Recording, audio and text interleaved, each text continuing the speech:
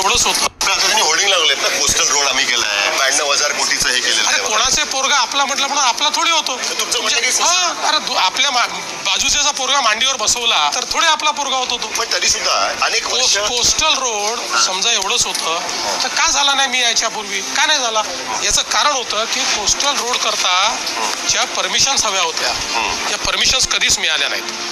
मी स्वतः 5 बैठका घेतल्या कोस्टल रोड करता केंद्र सरकारमध्ये, आणि सगळे अधिकारी होते, त्यांना माहिती आहे कशा प्रकारे नॅव्हिगेट केलं.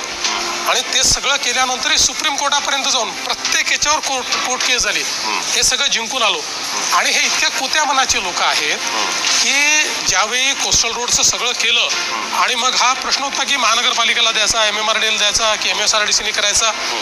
मला उद्धवजी म्हणाले महानगरपालिकेला द्या. म्हटलं ठीक आहे, त्यांनी डिझाईन केलं, महानगरपालिकेला करा.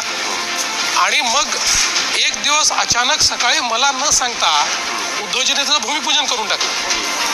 मी काही म्हटलं नाही. तुम्ही एकत्र सरकारमध्ये आता मी मुख्यमंत्री, ते कुठल्याही पदावर नव्हते. He was not on any constitutional post. त्यांना अधिकारही नव्हता.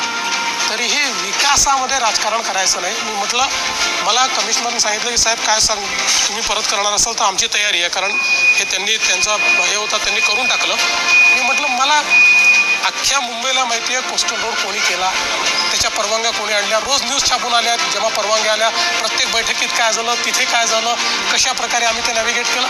त्यामुळे श्रेयाकरता मला थोडी काही लढाई करायची.